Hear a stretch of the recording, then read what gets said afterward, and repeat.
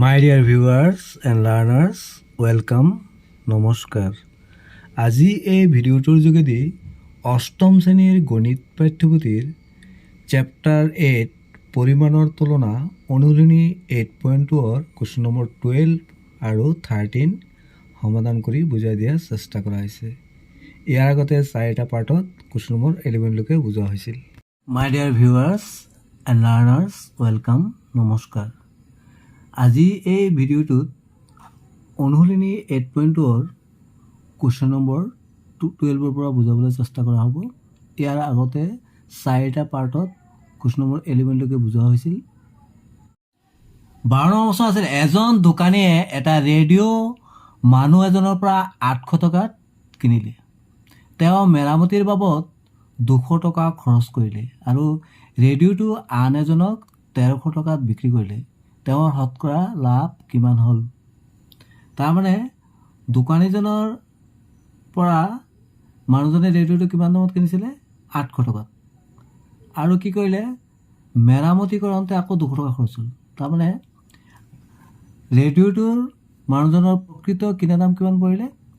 800ৰ লগত 200 যোগ কৰিব লাগিব, তাৰমানে 1000 টকা। তাৰপিছত মানুহজনে কি কৰিলে? 1300 টকাত বিক্ৰী কৰি দিলে। তাৰমানে বিক্ৰী মূল্যটো বেছি। এতিয়া প্ৰকৃত কিনা দামটো পালোঁ আমি ইয়াত 1000 আৰু বিক্ৰী দামটো পালোঁ 1300। তাৰমানে লাভ কিমান হ'ল? 1300ৰ পৰা 1000 বিক্ৰী কৰিলে গ'লে, তাৰমানে 300 টকা। এতিয়া শতকৰা লাভ কিমান হ'ল? সমাধান, ৰেডিঅ'টোৰ কিনা দাম কিমান আছিলে? 800 টকা। আমি ইয়াত লিখিম ৰেডিঅ'টোৰ কিনা দাম 800 টকা আৰু মেৰামতি খৰচ কিমান আছিলে? 200 টকা। মেৰামতি খৰচ 200 টকা। এতিয়া ৰেডিঅ'টোৰ প্ৰকৃত কিনা দাম কিমান পৰিলে? তাৰমানে 800 আৰু লগত আৰু 200। 800ৰ লগত 200 যোগ কৰিলে কিমান হ'ব? 800 প্লাছ 200 টকা। তাৰমানে মুঠতে কিমান পৰিলে? 800ৰ লগত 200 যোগ কৰিলে কিমান হ'ব? 1000 টকা।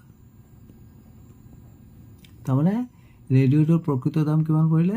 1000 টকা। এতিয়া ৰেডিঅ'টোৰ বিক্ৰী মূল্য কিমান? 1300 টকাত বিক্ৰী কৰিলে। ৰেডিঅ'টোৰ বিক্ৰী মূল্য কিমান আছিলে? 1300 টকা।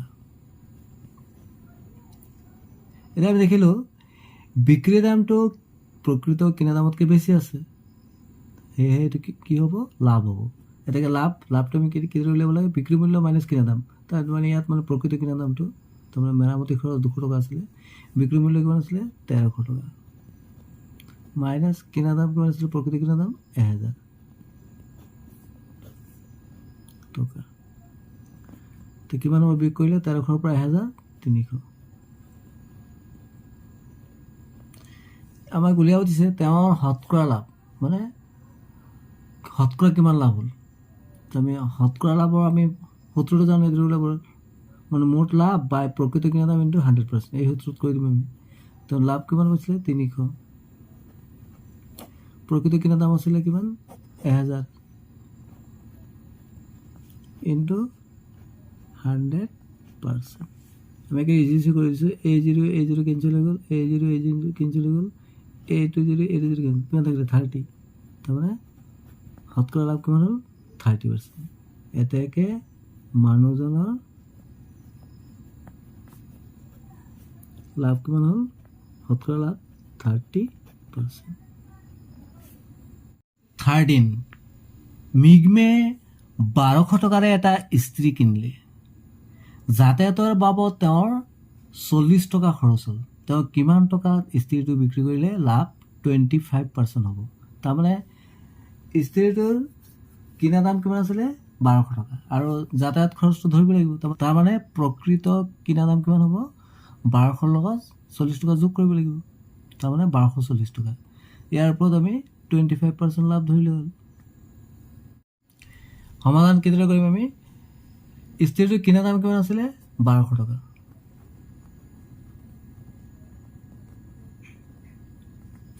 আৰু যাতায়াত খৰচ কিমান আছিলে? 40 টকা।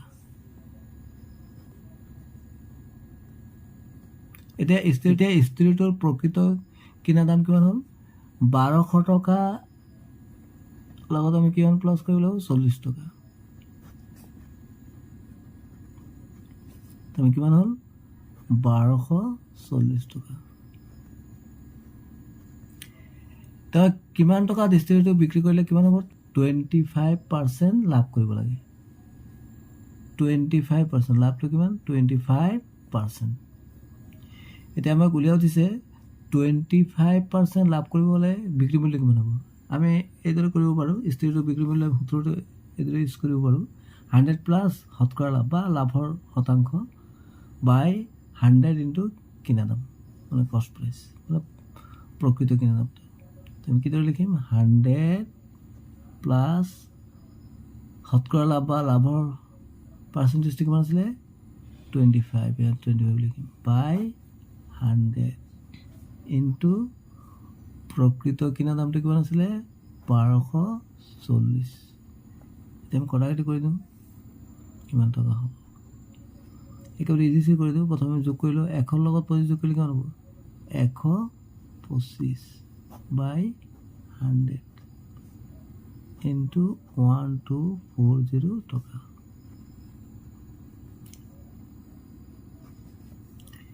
এই জিৰ' কেঞ্চেল কৰি দিলোঁ।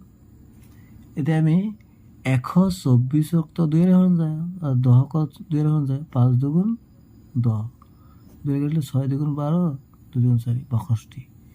এতিয়া 125ক তো 5 হৰণ যায় কিমান হ'ব 5 দুগুণ 10 2 থাকিলে 25 5 5 গুণ 25 তাৰমানে 125ক 5 হৰণ কৰিলে কিমান হয় 25। তুমি কিমান পালোঁ 25 ইনটু 62 টকা। আমি পূৰণ কৰি লওঁ 25ৰ লগত 62 5 দুগুণ 10 2 দুগুণ 4 1 5 5 6 গুণ 30 0 3 6 দুগুণ 12 15 যোগ কৰিলে কিমান হ'ব 0 5 5 1 কিমান পালোঁ 1550 টকা। তাৰমানে আমাক উলিয়াব দিছিলে তেওঁ কিমান টকাত ডিষ্ট্ৰিবিউটৰটো বিক্ৰী কৰিলে। তেনে আমি কি লিখিব পাৰোঁ এতেকে মানুহজনে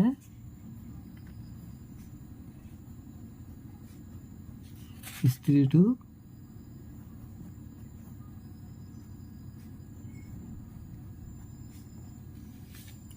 কিমান দাম কৰিলে 1550 টকাত